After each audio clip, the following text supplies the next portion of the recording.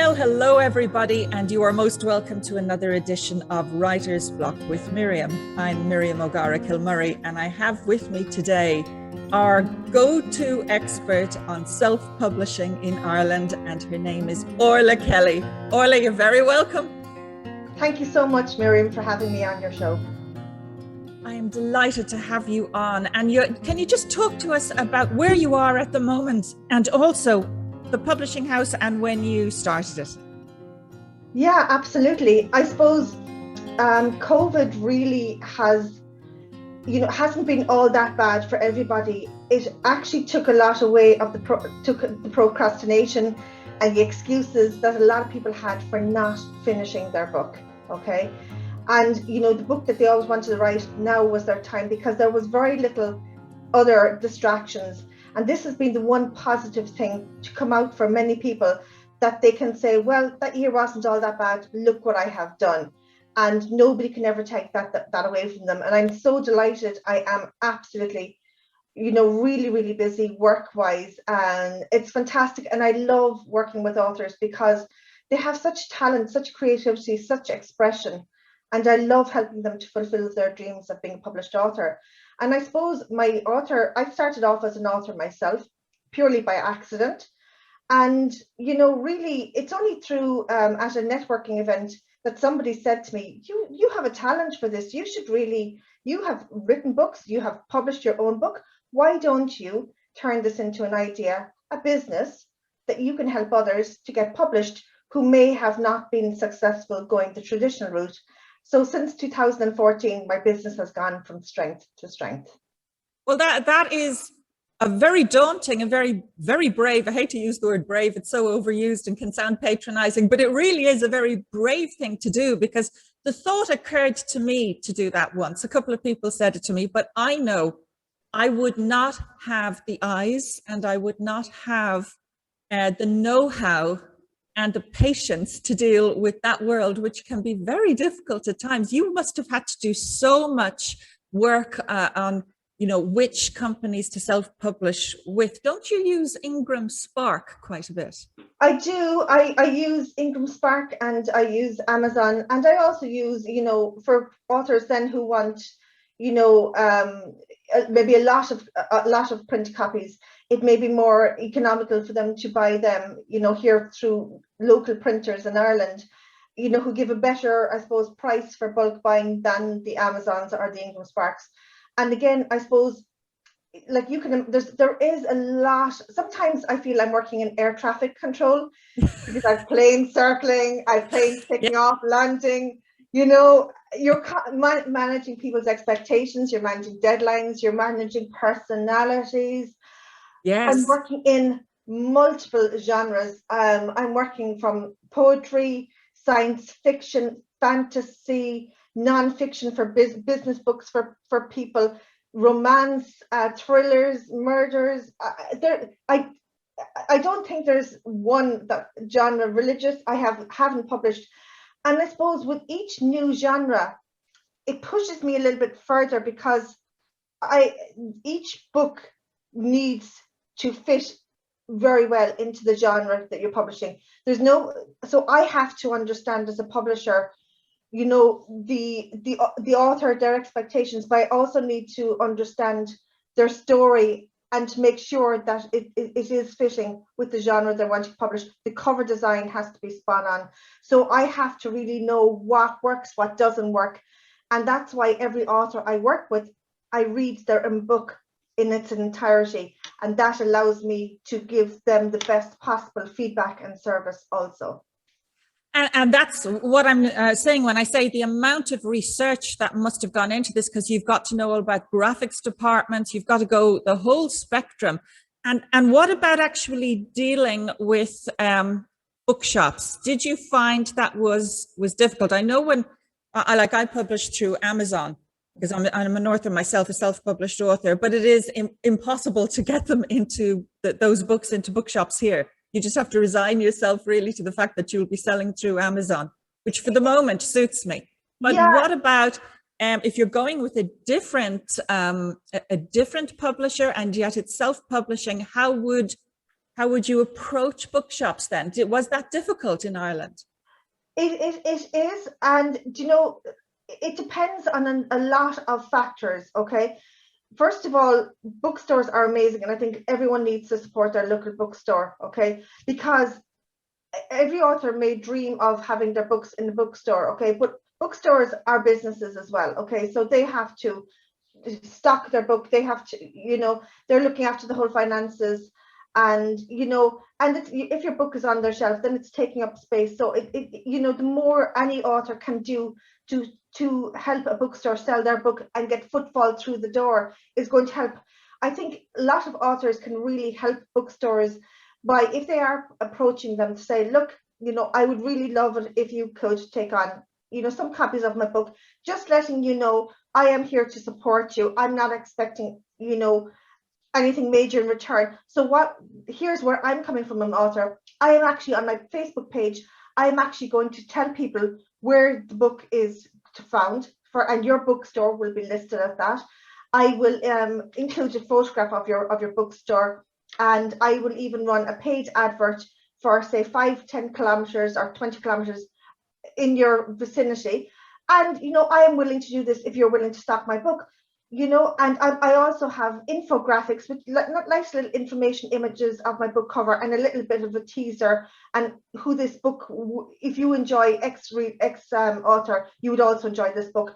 So the more bookstores, if they're trying to share on social media interesting content to get people to their page or to like their page, the more an author can actually to send them, direct them, offer giveaways as well. So a bookstore, you can imagine, if they have decided to take on an author's books, they're saying, well, this author here, you know, has given us, you know, 10 copies to give away to the first 10 people who can do X, Y, or Z.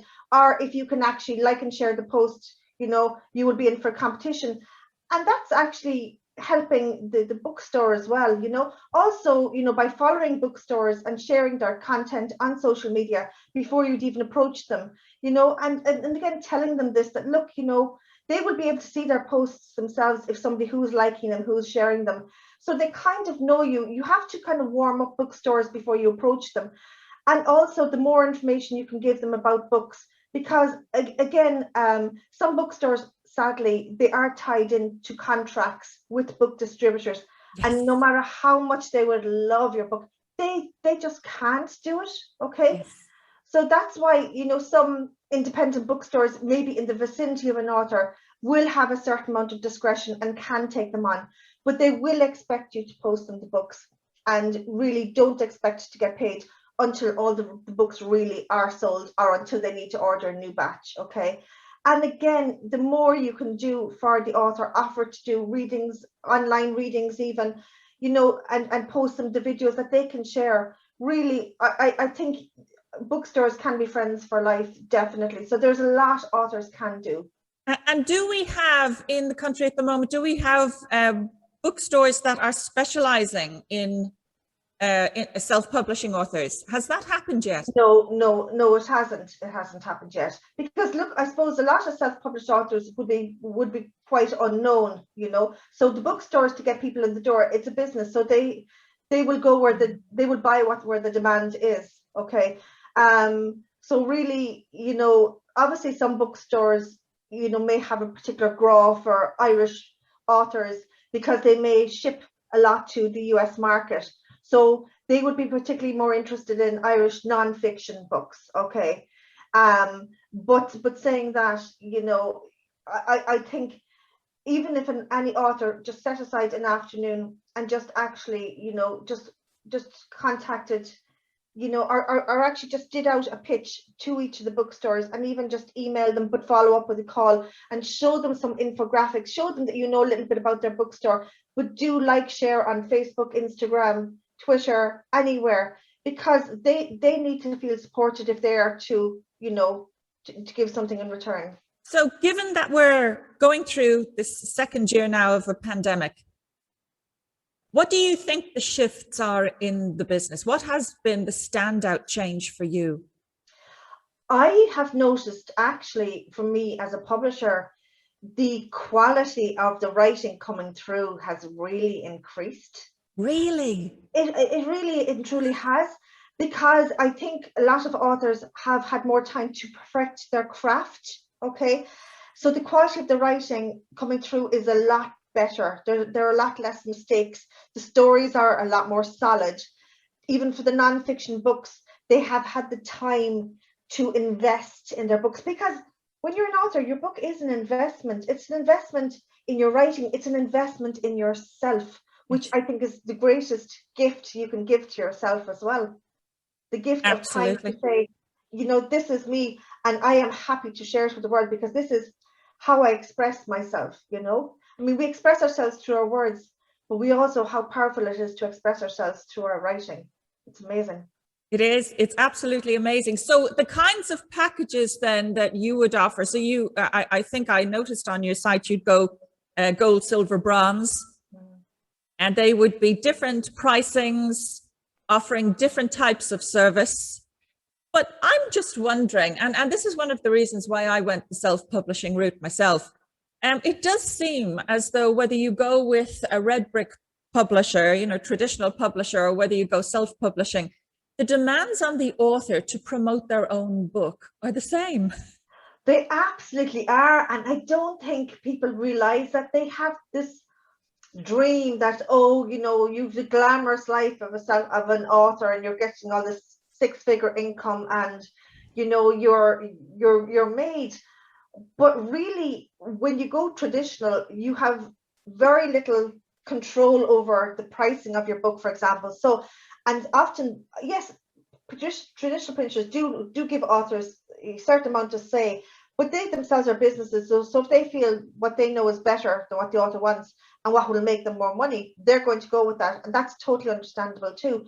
I suppose when you're a self-published author, you have a lot more control over the look, the feel, the layout, the design of the finished book, because the finished book, it's a book, but it's also a product, and you have to treat it as a business, because if you become too emotionally attached to it, you won't see, and then you wonder why it's not selling. You have got to, okay, you've done the work, now park it. Now it's the business side needs to kick in.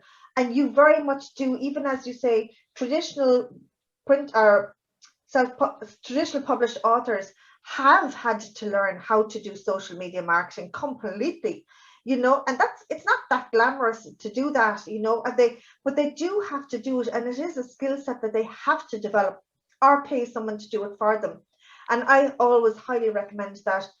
Okay, authors can get a certain amount of training, but ultimately it is them who need to do it, because otherwise it's not something you just promote once and leave it. It's an ongoing basis, because there's new authors coming out, there's new books. Yes. We are far more distracted. Our attention span is far less now. And so really you do need to, as an author, keep hitting home, liking, sharing, exchanging ideas, doing novel things, to just nothing so much promoting your book, but just sharing interesting things about your life, that you're a person as well, and they do. And again, sometimes with the traditional published authors, as I say, you may be getting, okay, you would have gotten your advance, but the amount you get for your book sales after that, it's tiny. So it's hard, it's a little bit demoralizing to be promoting your book when you may only be getting maybe 30 cents per ebook that you're directing somebody to buy on Amazon. You think 30 cents is a lot of work, whereas when you're self-published, you get 70% of whatever your list price is, if the account is set up in your name, so you don't feel as bad doing it when because they have to do the same amount of promoting themselves, so. And I suppose it means then that when those clients go to you and they're getting this guidance and this expertise, you're dealing with passionate people. You know that you're dealing with people who will grow, authors who will grow. And the quality of the product, I mean, I'm just looking at some of the covers here. Both yourself and myself are members of the Women's Inspire Network, and we've got Sam Kelly here. Yes. Sam published her little book of Twitter magic. I had her on this week. Yes. And also you have, as you say, all these other genres as well, but I notice there probably is a greater percentage of self-help book. Do you find it easier to market those? Is that something that the self-publishing industry caters to well? Absolutely, and it's a lot easier to do much better on Amazon, because you're in terms of the research, the book categories, the keywords, the relevant keywords, all of that, it's a lot easier to do, for non-fiction books than for fiction books. Okay, so, and it's a lot easier to compete in the marketplace with them, because you're often working with people who are experts in their field, so they know what they're talking about anyway, so it definitely helps. Yeah, because it took me ages to get used to how the keywords worked and how relevant they were. Yeah. And they're super relevant if you want to appear in the right places. They are, absolutely. Now, you are, as you mentioned, you're an author yourself. So you're coming at this from so many different areas of expertise. And but what I love are these books, the Owly trilogy, Mommyville. How did these come about? Do you know what? When I look at them now, my gosh, they bring back so many memories. I mean, my kids now are 13 and just turned 16, and I wrote them back in 2014. That's a long time ago, a whole different period of their childhood, and I'm so glad I wrote them now, because it's just so nostalgic for me. I mean, Mommyville, for anyone who knows me, Mommyville is me. I mean, people say to me, what percentage of this book is really true? But I mean, I smile when I think that most of it actually is true, because I have just had the most amazing, fun-filled life, because I'm a totally a half cup full girl, so I always try to see positive in every situation. I love laughing. I love poking fun at myself. I love making people laugh. And it is just a very funny book. And I just totally got into everything that had happened at that period of my life when the kids were young, and just how amazing it is when you're just having kids young. They bring out the child in you as well. And I suppose the Owly trilogy then were just children's stories that my son had started to write for his sister, because they ran out of library books, and I promised him I'd finish the story if he went to bed. And when I saw what he wrote, I went, oh my gosh, how am I going to finish the story? This is a child's imagination. I'm not a child. So I was forced to dig deep, and every night then I would write a little bit more and read it for them, till one day they said, Mom, can you ever print that out for us? And then I said, why would I just print it out on sheets of paper with a stapler? I said, I'd love to put them into a book. So that's how I taught myself how to self-publish, Well, not everybody can write for children, and it's a very specialized skill, and you found it. I Your kids helped you find it.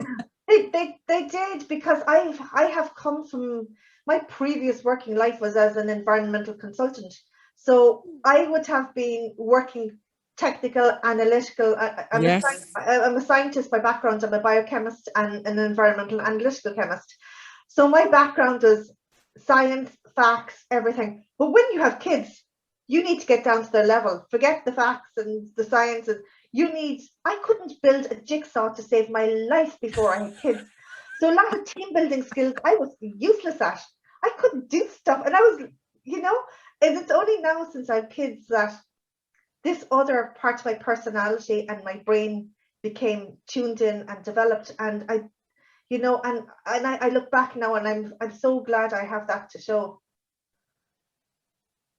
You've been through the gauntlet really of writing. So, I mean, talking about children, talking about how you raise children, reaching their imaginations.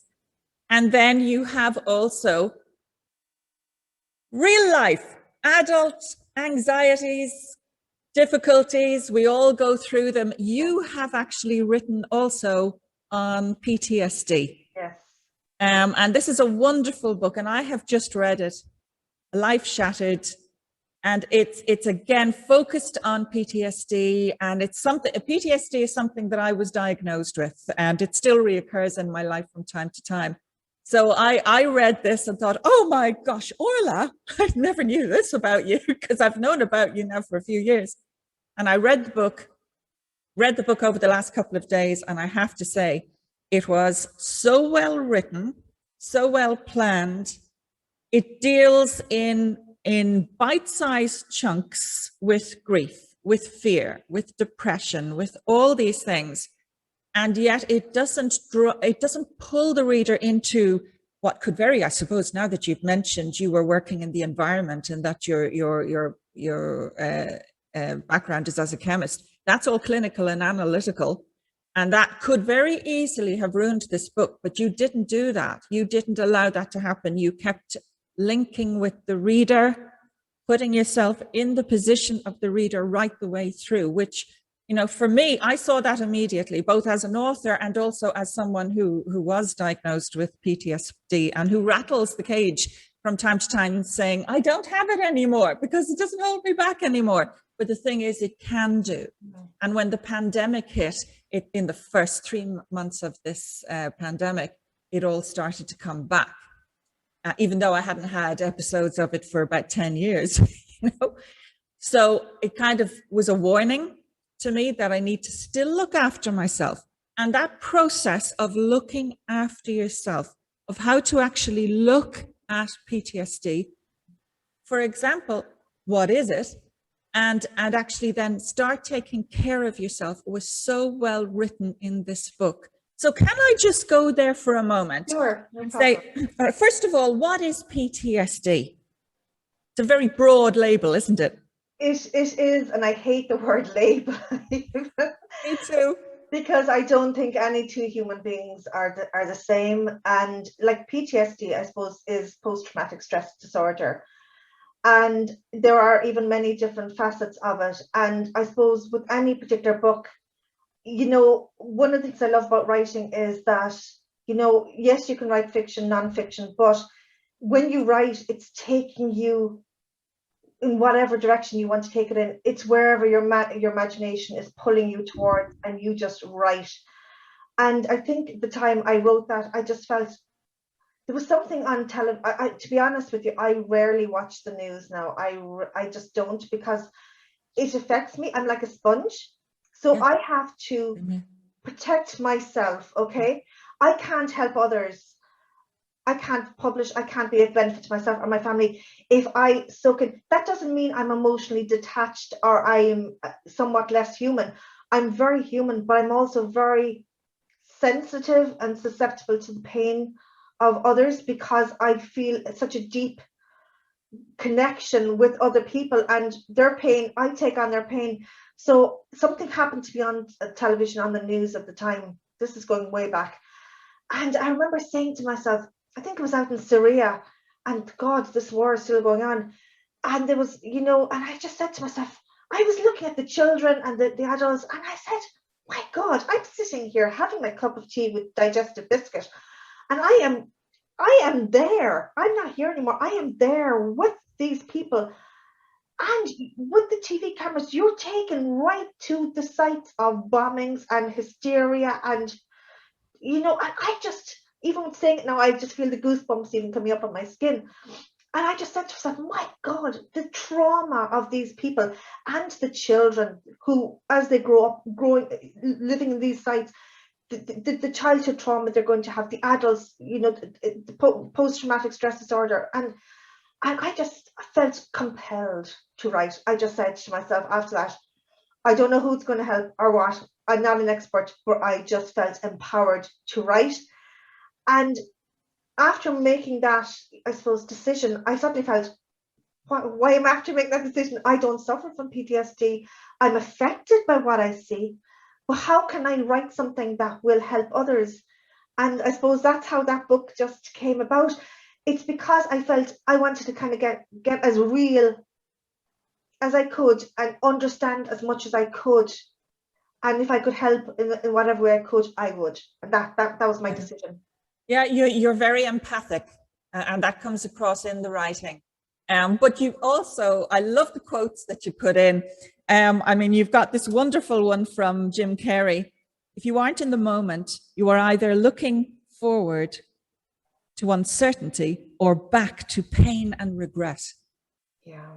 And gosh, he's right on that, isn't he? You wouldn't expect that depth from Jim Carrey, but he comes out with it. Exactly. And actually, Jim Carrey's a great guy, because people think he's just this wacky comedian and Zany. cool, but he's not. He's actually a very tuned in, smart guy. If you've ever listened to some interviews that aren't about comedy, he has it sorted. He's on the level. He really gets it. Yeah, I've grown to like him. Yes.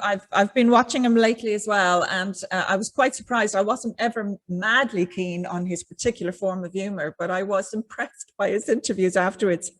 There are things that you mentioned from very early on, even in the foreword of the book. You mentioned be vigilant about messages you are hearing. Be vigilant about that. And that's, again, coming back to the news as well. Yes. You do have to monitor what is going through your mind, the messages and the voices that you're hearing, around you, and that end up kind of staying in your head. Absolutely. And, this isn't just for anyone with PTSD. I think this is all of us, really. And, and I think now more than ever, we're being challenged in every single direction. And, before, I suppose, positive distractions, you have the holidays to look forward to, you're going out to restaurant, you're catching up with whatever. And you don't have that same level of positive distractions by doing things, going places, having more opportunities open to you. So now more than ever, I think protecting our mindset is even more important, because the mindset, it's not just up here, it's in every single cell of your body. Yes. And I find I'm actually in a reading group every morning at 6:30 with some girls. Every single morning. Oh my! Monday to Friday, yeah. And we do Saturday morning reading. And to me, I'm feeling bad now. No, it's half an hour. No, we're actually off for Easter. I can get up at 8. And it's great, because you feel you're starting your day almost armor plated. Yes. Still very connected with what's happening around you, but I try not to let the negative affect me. I try to just focus on positive distractions in my life as opposed to the negative distractions, and that really helps. Yeah, and I would agree with you, because you make the connection as well between PTSD and the physical, emotional, and mental, and that they are all so totally interconnected. Yes. And particularly if you're a little bit like I'm pretty empathic myself, and from my perspective, it took me a long time to realize. I was probably 45 when I realized that, in fact, stress doesn't really register with me internally that much. It'll register with me physically first. Okay. Yeah. And I hadn't realized about myself for a long time. I hadn't realized that some of the times when I was actually quite ill, it was actually stress, because you presume that if you're going to feel a bit low, or if you're going to feel anxious, that it'll be in your head first, that it'll manifest. But of course, that doesn't always happen. It can be a physical reaction first, and then we're all different. And I thought that was very interesting, the way that you brought that out. And you moved on to talking about forgiveness. Yes. Now, it's interesting, because we always place the concept of forgiveness in a religious context, don't we? Yes. We forget about its connection to our physical health. Totally. And, and people always think, does that mean I need to forgive and forget and move on? But you know what? Like, it really is, it can be very, very hard. And, the more you think about, wrongs that have been done to you, what does it do? It just drags you back to where you are, and you're reliving all this negativity in your mind, and you can actually feel the sensations in your body manifest. Yeah. So really, if you're thinking of forgiveness, even if you find it really tough, don't forgive for the other person, forgive for yourself, because it's about self-preservation more than anything in the world. And, it really is.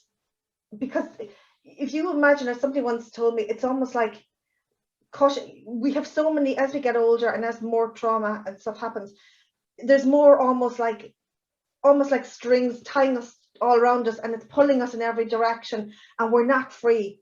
And the more you can just let go, it's almost like imaginary cutting the ties, and suddenly you just feel looser and you feel freer, and you're freer to express yourself. You're not just weighed down, you know? Absolutely. And you say that very well in the book too. You say, when you forgive yourself, you in no way change the past, but you sure do change the future. Yeah, yeah. Try to let go of the bitterness, because it keeps tying you to what's happened in the past. Yes. And you'll never be free. Yeah. And that is absolutely true. So it's reframing the concept of forgiveness as something as a positive for you, because I know periodically in your life, and I'm sure certainly in mine, you've met people that, you know, were grown up encouraged to forgive because it's the Christian thing to do, et cetera, et cetera. But then sometimes you'll meet people who really don't care whether you forgive them or not, because they're never going to change. And you say, well, why bother? But then you walk away with this hurt and this bitterness if they have hurt you. And the whole idea is that you're actually setting yourself free, because you don't want to become bitter. And it's so true. Yeah. You move on as well, and you talk about grief. The loss of a life you once had is one of the things that you mentioned that we grieve over. And I can identify with that too. Like you grieve over a pet, you could grieve over the loss of a family member, but loss of a life you once had. There'll be a lot of people in the pandemic, not only grieving people and friends they've lost, but the loss of business, the loss of their career. Having to restart again is daunting, isn't it? It is, absolutely. And that's why I think more than ever, I think people have to do something for themselves. So this whole situation isn't negative, you know? I mean, like, even if you notice, you know, some people posting positive messages, have you noticed how much more beautiful the birds are? Sound like the birds haven't changed. The birds are all singing as they are. But it's our awareness, it's more the silence. Now, I know it's a lot busier now, but I remember last year when there was more of a silence there, a lull of the traffic. And, you know, people were posting up, you know, oh, look, there's a fox here running through Dublin. And, you know, and you just go, wow, imagine if this was part of our normal world and not something unusual, you know, where creatures felt safe to come out and explore, you know, the man-made environment, that it was less threatened for them, you know. And I think people, you know, have also, they're seeing more of their neighbors now than they ever had before, because more people are out walking. There's a lot more dogs being bought, so a lot more people are having to get out of their houses, because houses are great, or apartments or whatever, but they can also kind of imprison you where you feel, oh, I'm staying in. Whereas, you know, you need to actually just get out as well, you know, because there's a whole other world there happening outside the four walls. Absolutely. And anxiety, you know, kind of brings us to anxiety there, and monitoring your anxiety levels with exercise. But other ways, you talk about other ways of helping yourself deal with anxiety. Can you bring up a couple of those for people watching? Well, I suppose, do you know what? I think people have to really take responsibility for how they feel and how they show up in every day, okay? Because if I decide to give my power over to someone else who I am willing to give them responsibility for how I feel, then we're never going to be free, you know, and we're always going to be at the mercy of people we meet, our external circumstances, whether they affect us directly or indirectly. So I think, you know, spending more time being more aware of what brings happiness to you, and to do things that bring happiness guilt-free, you know. Like, I suppose I've worked harder, I suppose, this last year, but I have definitely started to not work longer hours. I am more, my awareness has grown as well, that you know, I do need to, you know, take more time out, less screen time. So I've started reading physical books more than just reading on the screen.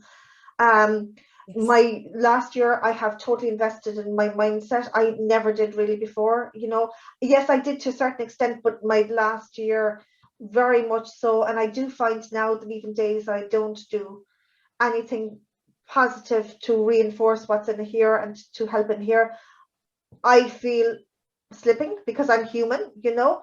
And I think as well, by not watching the news, and I have an awareness of what's happening, but I don't integrated into my being. And I suppose I like to just still maybe just, you know, surround myself with people who, you know, are happy to talk about things that are positive. Orla, one of the things that you mentioned was putting time aside to worry about things. That if you're having difficulties worrying about things, actually almost schedule it into your day. Yeah, and actually I do it every day now. I have just a notebook, and if thoughts come to my mind, oh, I need to remember to do this, and oh God, you know, I'm wondering, did I ever do this? Almost like checking, you know, did I do such a thing? I just write it down. I write down everything, okay? And I just sit there and I just write down everything I need to do that day, or everything that's on my mind that I need to just to get out of my mind and on paper. So I can then start my day freer, knowing, okay, well, it's written down and I can just, you know, check it when I get a chance, or, you know, if I need to follow up with somebody or do something, you know, or something's on my mind, I write it down, and then I can deal with it. It's somewhere that will get my attention, but it's not taking up, you know, rent free in my head, because I think worries, we carry them through our days all day like an unwanted, you know, visitor. And they're so really you need to, or I've seen people as well say, okay, I'm actually going to worry about this now for 10 minutes, and that's it. So whatever you want to get into my head, 10 minutes, and then I'll say, okay, that's fine, thank you for your time, and but now I'm busy, I need to get back to this. And again, that actually does work, because Yes. your body and your mind will always find a way of getting your attention. So you are acknowledging it. It's not like you're pushing it away, because it'll always come back. But you're Yeah, it acknowledging it. does. Yeah. I think this is a great idea, actually, and it's one of the things I've come away with from the book, because I never thought about that before, you know. And you know, it you know, as I mentioned to you at one stage, you know, when I was a child, there were two instances that were quite traumatic. One was severe bullying at school. When I was 6, I used to get dragged around the schoolyard, and they used to hide this 4-foot-nothing nun who was supposed to be in charge of the schoolyard. But whatever element was in the school that particular year, anyway, they didn't like the fact that I had wind ears, and they were very severe wind ears. And they literally used stones, rocks, and scissors to try and cut the rims off my ears. And I would come home each day, and I was really bloodied everywhere. To the point where, I mean, this is 1973 now. You never performed plastic surgery on your child in Ireland unnecessarily in 1973. And it just got so bad where the school weren't addressing the issue. I couldn't get into another school, and I had to have 2 lots of plastic surgery. One lot wasn't 100% successful, so I had to go back and have this ear redone. And that was one thing. And then I had a big accident, and I remember after waking up in Temple Street Hospital after I'd fallen off a roof, I remember going through what I now as an adult understand is a form of disassociation. And you talk about disassociation in your PTSD book for adults, but you've also written a book that is focused more on children and PTSD. And I know that as a child, that was actually quite difficult for me. So I would zone out, and apparently I zoned out quite a bit. I can't remember too much of that. But I also remember this overwhelming sense of, okay, I know I'm about to be discharged from the hospital, but I want it already to be 2 weeks on. I don't want to arrive in the house now and have to work through the hours. I want all this to be so far behind me. And that is also part of the PTSD set of emotions and feelings that you go through. And this disassociative state, you know, I used to get accused of being a dreamer at this point in school when I eventually did go back. I was really struggling. I didn't have a problem being alone, but isolation was an issue. And isolation, when you're not mature enough as a child to understand that it's PTSD, you become very disassociative then. You start looking for other ways. Now, in part, as a singer, because I was a singer even then, and as a creative person, that has this kind of dual side of helping you in one way get through the difficulty, on the other hand, it kind of plays into it as well, because people don't understand that it's not you just going off and dreaming. You're actually creating your own therapy for yourself. Yeah. So how do you tell us about this book now, and how children feature in the whole discussion for you? I suppose, you know, I mean, you were talking about years ago as well, you know, and, you know, children have their own coping strategies for things. And as adults, we may not understand or read the signs of what the coping strategies are, you know, and that's why a lot of children can end up just not getting the support and the help that they actually need, you know. Yes. And, you know, and if there's something going on with a child, there really is always a cause there, okay? And I suppose, you know, for centuries, children have been going through trauma, okay? And I think now, probably, if I may say, even more than ever, because of the amount of children that have, you know, phones and everything, where violence is streamed to them directly, very visual, very graphic, and they are being affected with it, whether, you know, and that manifests itself in all different ways, you know, that the trauma may not actually even be physically happening to them, but by them actually witnessing, you know, even if it's remote witnessing, it is having an effect on them. And, you know, I look, I've got 2 teenagers now, and, you know, they each are having their own challenges, and I'm sure as they get older, those challenges will always be there in one way or another. And it's almost like, I suppose I, as their mother, have to really try to, I think, their self-image, and I suppose just their grounding, and, you know, just trying for myself to be positive reinforcement for them. So is that what this book is then? Is this book more of a guide for parents on how to do that, on how to monitor, how to yeah, it's observe? It's not really written for children as such. It would be more like for, say, young adults, and adults who are, because some adults have actually contacted me and went, I didn't, you know, I got this book because I feel even now as an adult looking back, my childhood trauma was never acknowledged. I never understood what I was going to was actually PTSD, and this book helped them realize it. So it's more for adults who have suffered childhood trauma that this book came about, you know. The other PTSD book was for, like, say, adults who have suffered. That's the book I should have read.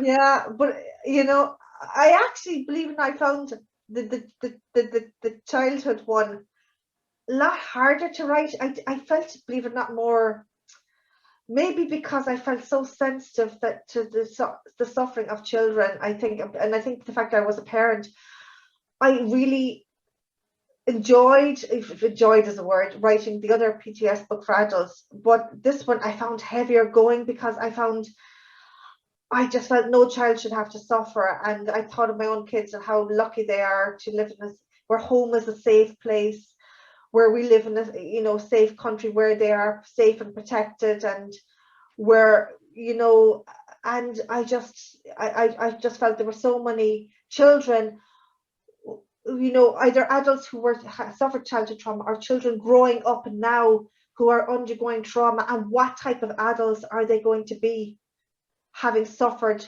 this ongoing trauma, you know? Well, actually, one of the people you quote in your other book his name is LL Cool J. A lot of people will remember him from NCIS Los Angeles. And he's a very fine actor, and his name was James, but when he was a kid, he was called Cool James. And then the LL Cool J, the LL bit is ladies love Cool James, LL Cool J. But he had a very traumatic, very abusive childhood. And you actually quote him as well. And on the subject of coping with stress, he says, when diversity strikes, that's when you have to be the most calm. Take a step back, stay grounded, stay strong, and press on. And really, it's getting support, isn't it, in being able to do that? Because you don't know everything. We don't have the whole picture all the time. So you've just got to calm yourself down and push on, as he says, press on. You do have to press on, because otherwise, where are you going? You're going back into avoidance, and avoidance is just reinforcing what's negative, and it's continued trauma. By you're never going to grow or experience. Whereas I think if you actually acknowledge how you're feeling and just push on to feel, okay, well, do you know what? Anything that's ever worth accomplishing, you have to kind of push yourself, you know. And then when you do it once and you think, but you know, that wasn't too bad, or okay, it was rough, but I got through it. You're actually kind of building and flexing your mental muscle, and your body is responding that, hey, you know, okay, we did that. So it's kind of positive reinforcement. It's terror barrier you're having to crash through. But I think once you keep pushing and keep moving on and not overthinking something, you know, like yes, not overthinking it, yeah. and also realizing it. And there's the benefit again. I've said it with a couple of other people that I've interviewed, you know, that there's so many negatives with social media, but one of the positives is we're all connecting with people who actually are going through and are discussing very similar issues themselves. Yes. And although you feel as though you're alone in your room and trying to keep your business going on your own, and you've got all this isolation to deal with, you're not alone. There's so many people out there. I mean, there's the network, the Women's Inspire Network, where I found you. And, you know, all of these very passionate people who understand. It's hard to find a network where people understand, but this one is actually really good for that. The Women's Inspire Network is, I think, the best one actually out there. I mean, Samantha Kelly really, she's very, you know, she's just amazing, and she really does connect people, and she's helps everybody, absolutely everybody, you know. And she has her finger on the pulse, doesn't she? And but she doesn't suffer fools gladly. But she hasn't lost her soul. No. She makes sure that the actual network keeps its soul as well. Yes. And that people are actually cognizant of the fact that we're all human beings trying to deal with a situation that's very difficult. Yeah. And what would be, if you, for example, Orla, what would you say to your younger self if you were to advise yourself now? You've gone through different careers, and you've hit this one, but go back to 20-year-old Orla. What would you say to her? Oh my goodness, I would just say to anybody, you know, when you're starting off in life, don't ever feel trapped, because, you know, everything is a learning. There's not one, looking back, even on when I would say I would have had lots of regrets. Yes, I would have had lots of regrets for a number of things in my life. But they have also, I suppose, made me a better person. Okay, they've taught me, the knocks have taught me more compassion, more humanity. You know, having kids has taught me more patience, more kindness. You know, I think things that are missing in your life, when you're open to helping others and being very grateful for where you are and for everything you have, you definitely attract more into your life. I mean, my husband is my ideal soulmate. He would not have been the type of person I thought I would ever have married, but everything that was missing in my life, he compliments, and, you know, he brings out, I suppose, the best in me. And, you know, I suppose, looking back, everything happens for a reason. Yeah. And we have got to take the positive. Every situation, even if it's negative, there is a positive aspect to it, no matter what negative situation. When you dig deep, you will see something you can have learned from that will make you a better person. Absolutely, absolutely. And look, tell us, where can people find you? Give us your social media and your, like, we know you're orlakellypublishing.com. Where else can you be found? Yeah, I'm on Twitter at Orla Kelly Author, and I'm on Facebook, Orla Kelly Publishing as well, and LinkedIn, Orla Kelly Publishing. Wonderful. Which platform do you find works best for you? Do you know what? I need to be more active, probably, on social media. I find I actually find them all so beneficial. I suppose if I'm posting more visual stuff than Instagram and Facebook, but if I'm posting more maybe techie stuff, LinkedIn or Twitter would be more for me. But I find I gain from every platform, really. And do you write a lot of articles? Have you gone down that route of writing more articles, prioritizing the writing of articles?